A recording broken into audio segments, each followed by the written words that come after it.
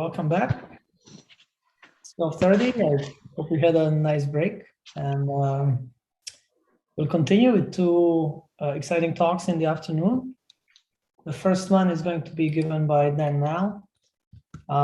Dan is a many faceted professional. Among other things, he's a fellow of ASHRAE and American Institute of Architects. He's a lead fellow and ASHRAE certified building energy modeling professional. He taught at the University of Pennsylvania, Princeton University, Cornell, Columbia.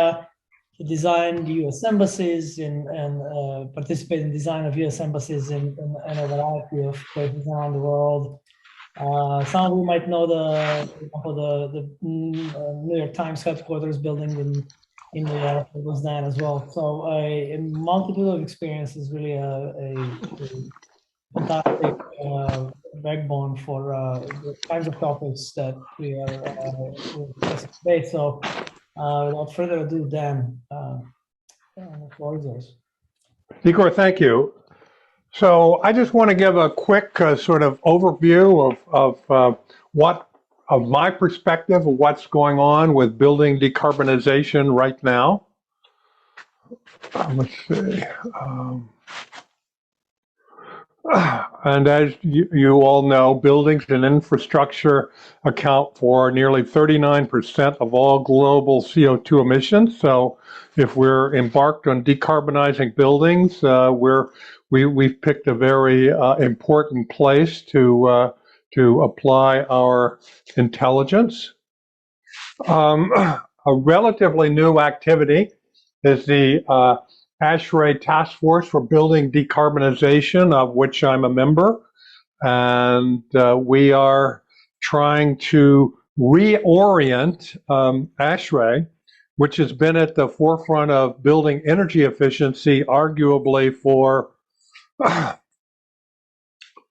at least 40 years. I know I gave my first presentation at an ASHRAE conference in 1977, and it was essentially about building thermal modeling, but you know, they've had the ASHRAE Standard 90. I can't remember, the first one of those was maybe 1975. So been in the building energy efficiency space for quite a long time, and we're trying to reorient them into the building decarbonization space, of which energy efficiency is an important part, but it's not the only part. I'm also working on a couple of I'm involved with a couple of working groups that are supporting New York City Local Law 97, and that is a building carbon emissions limitation law. The working groups are informing New York City Department of Buildings on the process of writing the regulations that implement this law, and here's the time frame that we are looking at. It's a very complex issue, lots of different stakeholders with lots of very different agendae, and so we're just trying to get something on the books with regard to the regulations in concert with this this schedule. So, 4 basic steps to building this decarbonization: maximizing the energy efficiency of the energy consuming systems within the building, elimination of consumption of CO2 equivalent energy sources within the building by electrification or substitution of renewable delivered fuels, decarbonization of the electric grid, and minimization of refrigerant leaks or substitution of non-CO2e refrigerants. So when we're looking at maximizing building energy efficiency, we go through a process of adding different energy conservation measures, and this is a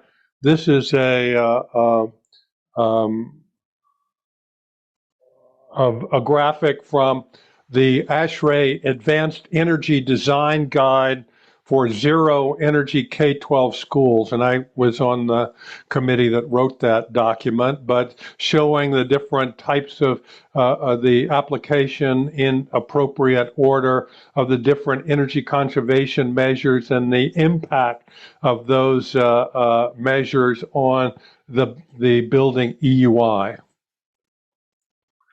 So there are 4 issues.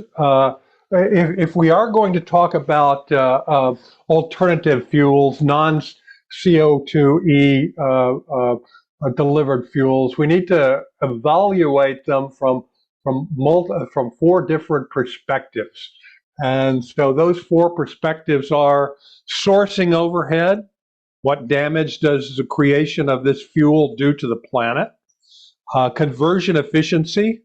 How efficient is the conversion of this fuel to the desired end uses? Recognizing that people don't need energy. People need light. They need to make it to the 35th floor without having to walk all the way. They need their iPad to work.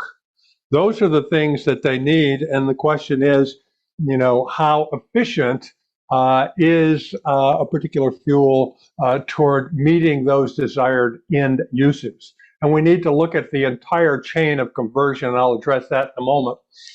We need to look at energy transport, because almost certainly the source of the fuel is not the place where it will be used at the end. So how efficient, safe, and cost effective is it to transport the fuel from its place of manufacture to the end use location? And then finally, energy storage. How safe, easy, and space or mass efficient is the fuel to be stored for later end use conversion? Realizing that only a very few delivered fuels will actually be delivered to the site on an as needed basis. Some of them will be delivered in bulk, and the question is, how bulky are they if we have to have them delivered and then store them for use over a period of time? So comparing the different alternative fuels, many of these, and with regard to the greenhouse gas emissions compared with fossil fuels, standard fossil fuels, we see that some are much better than others, but this is only addressing the carbon emissions component. The other components, some of these may have a very low carbon emissions characteristic, but they may be very hazardous to the environment for other reasons. So there's a multiplicity of issues with regard even to something like the sourcing overhead. So there, and even something like biomass, for example, there are challenges to the implementation of biomass for use for renewable energy. And as you may well know, many locations in Europe are in fact getting their low carbon rating through the use of wood pellets that are sourced from the United States and are arguably being produced in a very non-sustainable manner. So if we look at something, for example, like agricultural waste and conversion of that to a renewable fuel, a non-CO2e delivered fuel, we look at the energy density of the raw source, and this waste product has a very low energy density, and that decreases the effective collection radius. So just do a little arithmetic around this. Lower heating value of the agricultural waste, how much electricity does it produce, what are the maximum losses for material handling, how much does it cost, how much energy is consumed by the collection vehicle, and we wind up with a number that 80 miles is the maximum radius for waste collection for this biofuel to have a net positive energy characteristic. So when we when we talk about decarbonization of buildings and removal of CO2e fuels, we're basically talking about replacement of the fuel for three processes in the building, and those are space heating, service or domestic water heating, and cooking.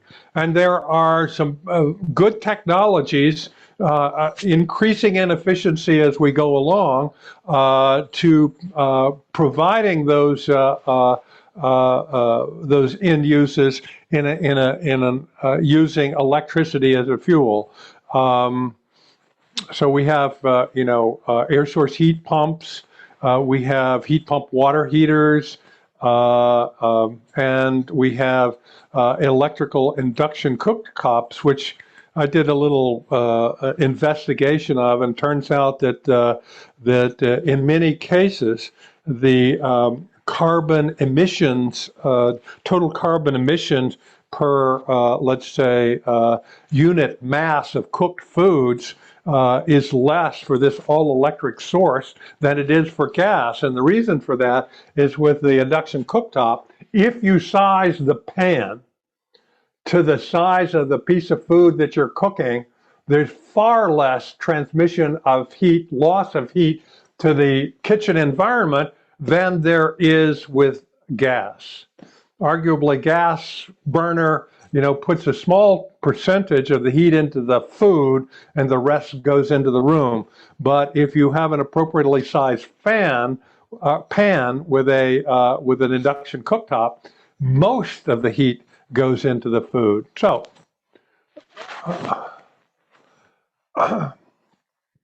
when we talk about electrifying space heating, one of the things that we really need to look at is the concept of harvesting internal heat gains within the building to deploy to the building perimeter to meet the heating loads at the perimeter. So I know in Santa Barbara you don't have this issue, but in New York City we do. And so this is looking at an energy modeling a graph of energy modeling results for a short period of time, several days, for a building in New York City. And what we have in blue is the outdoor temperature, and what we have in aqua is the thermal balance of the building, showing that it is in a significant deficit for some time and in a significant surplus at other times, and it goes back and forth depending upon whether it's a work day or a weekday, and depending upon the weather. And so arguably the most energy efficient place to harvest heat is from inside the building itself, if that exists. And you can see here all of a sudden that how relevant thermal storage becomes, because if we've got this surplus, it would be terrific if we could park it someplace and then use it to meet this the thermal deficit that is going to occur later on. We have some challenges with regard to the electrification, let's say, of either space heating or domestic hot water, and this is more or less to scale, showing the size of a 6 million BTU an hour boiler, gas-fired, and 6 million BTUs an hour of air source heat pump capacity. And while the relationship between the space requirement and the first cost is not completely linear, there is a significant relationship. So clearly this alternative is going to cost many times more first cost than is this alternative, and we need to overcome that issue. So when we talk about the key strategies for building electrification, You know, they do vary by climate. So if we look at heating climate, strategies for electrification there are to configure the space heating system to use the lowest possible source temperature. Most of the older buildings in New York City that have hydronic heating, the systems, the baseboard convectors, the coils and the fan coils or what have you, they're sized for a 200-degree hot water approximately. Why is that? Because that is the lowest first cost alternative.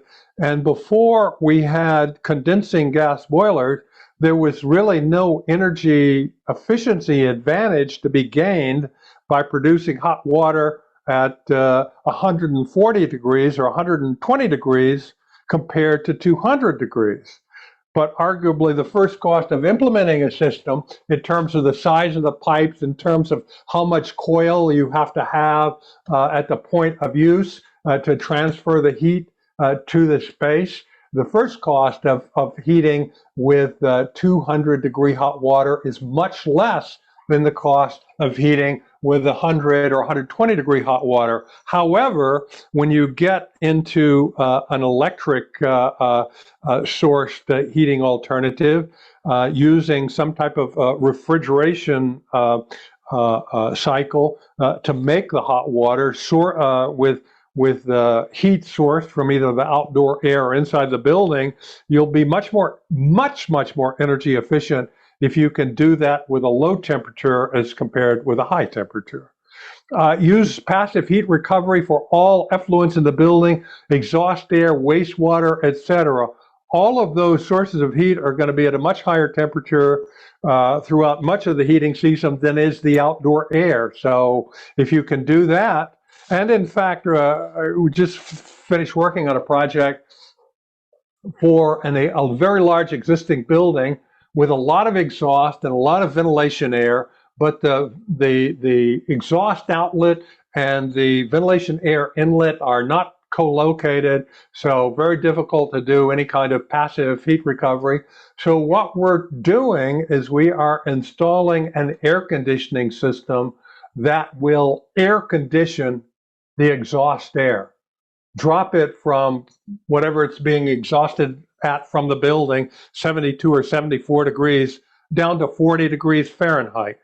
And we can use the rejected heat from that to supplement the space heating requirement in the building. And the COP of doing that is much better than the COP of extracting that air from 20 or 25 degree Fahrenheit outdoor air. Obviously, and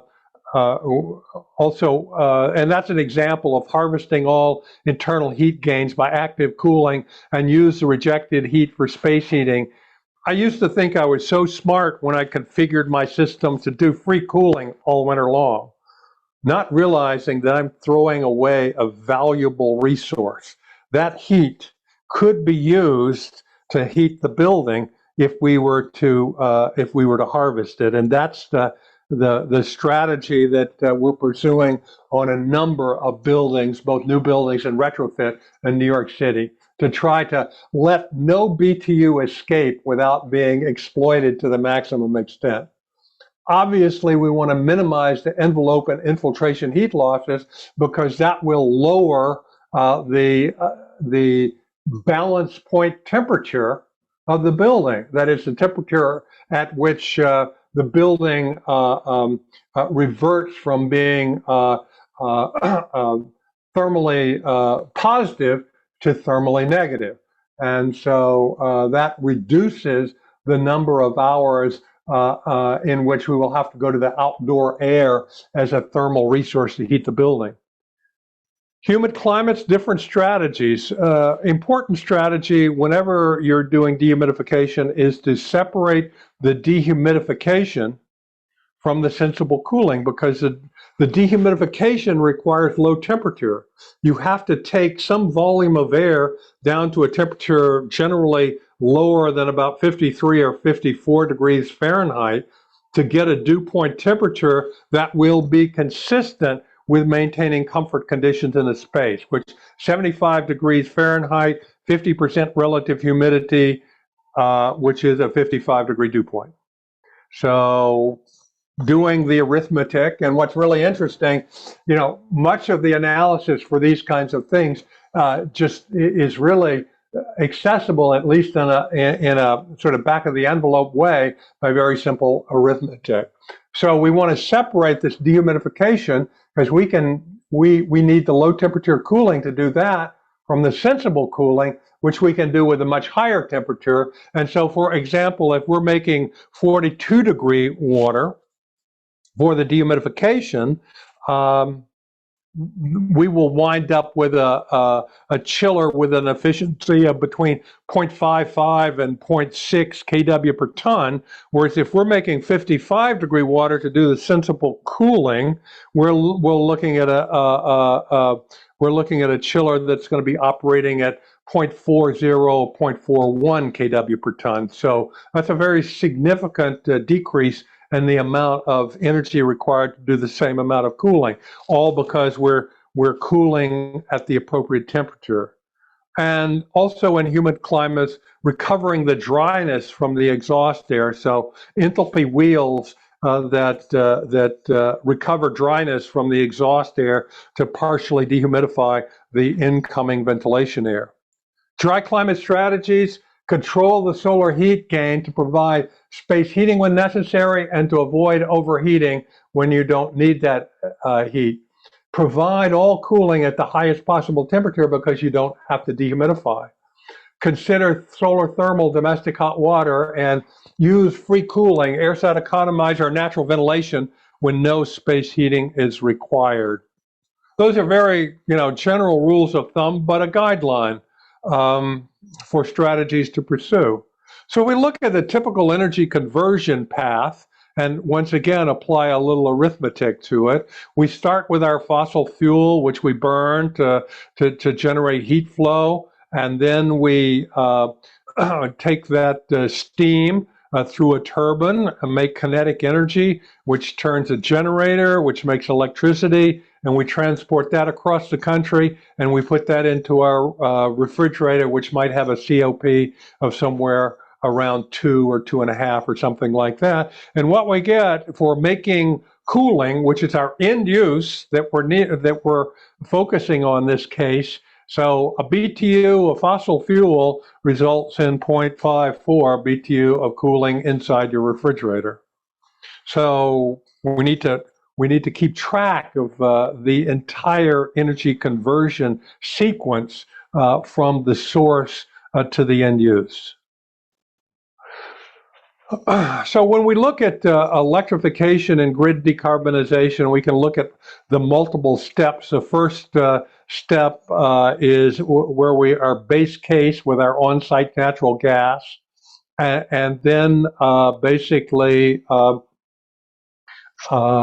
we go to our heat pump technology, so that the only fuel that's actually being delivered to the building for all of its end uses is electricity and heating, domestic hot water provided by heat pump, and then ultimately when we have the entirety of the grid decarbonized, then we wind up with our carbon-free solution. We've heard some discussion about the duck curve and this basically in this case what we're looking at here is for the CAISO over an average day, what are the number of megawatts that are produced from non-renewable sources, and we can see these are dropping, and this is what ultimately predicted, and we have an issue at some point where the contributions of customer renewables is in fact greater than the power need beyond the non-controllable base load generation, and the utility has to begin to curtail its renewable production in order to maintain the stability of the grid.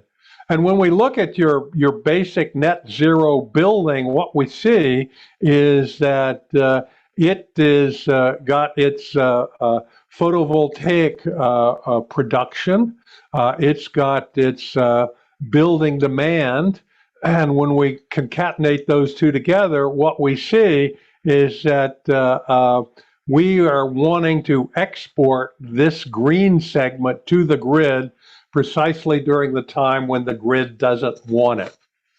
Okay, and this is a significant problem.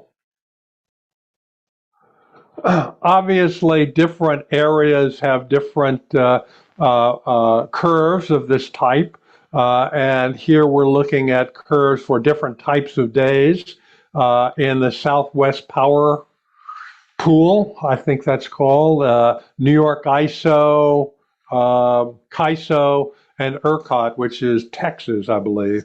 And so different curves. And so what that means is that if we are to intelligently operate our building to minimize the total carbon emissions for supplying the energy needs and the electrical needs of the building, we'll need different strategies in different locations. And this is a problem even in Europe. This is something I pulled off the internet for Germany, showing two different kinds of days and showing a problem here where we've got zero wind and 16% hydro biomass and the issue there. And here we have basically we have 97% renewable, and very likely we're going to have some curtailment of that of the utility renewables because of customer renewable contribution. So energy storage is the key to aligning the grid and the building. Obviously, behavioral change is one characteristic, but as we saw, looking at the thermal balance of the building, behavioral change isn't going to get you past that problem, and you need thermal storage. So here we have, this is a flow diagram for an ice-making system, and some images of some ice-making systems that I was involved with in the past. But in the circumstance of decarbonization, they may be used differently because, apropos to a comment I made earlier today, in the past, ice storage was implemented to reduce peak demand, which typically would occur, in mid-afternoon of a hot, possibly sunny summer day. And so basically you would provide all the cooling needs for your building outside of that peak period with your regular chiller plant, but you would try to shave as much as possible of the peak demand during using the chiller. But in a decarbonization scenario, it works differently, because what happens is we're going to do all of our refrigeration during the middle of the day when the sun is out, and we have significant photovoltaic contribution either to the grid or to the building or both. And then once we get outside of this period when the sun is shining, we're going to do all that cooling with the ice we made up here. A completely different scenario. No longer managing congestion, but now trying to shift our electric consumption to periods of time when the sun is out and the PVs are producing. So we have both customer electrical storage, and we have utility storage. Here is a pumped hydro installation. Both of these are very important.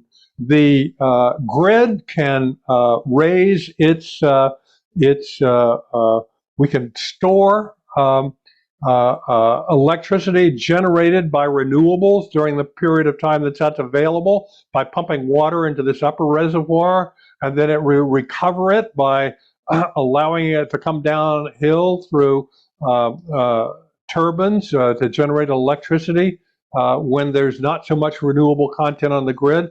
But that's really not that capable of dealing with some of the very local issues. So the point here is that both of these are very valuable to the decarbonization effort. Just wanted to talk a little bit about refrigerant leakage, something that's overlooked, but there are some studies out there that indicate that the CO2 emissions from refrigerant leakage of cooling systems is about 25 to 30% of the total cooling system's emissions over the life of the system, which is a big deal. And so addressing this whole life cycle refrigerant leakage issue, what happens when you originally make it, when it's originally transported, when the equipment is charged, what happens during servicing, during the life of the equipment, and then what happens to the refrigerant when the equipment goes out of service. Very big, very important issue for CO2 equivalent emissions. And just finally, some notes. Igor asked me to talk briefly about the impact on the COVID pandemic on building decarbonization. Just a few points. Carbon emissions from buildings and construction fell significantly in 2020, but significant reliance on coal may offset any gain because of the supply chain issues with regard to natural gas and some other fuels.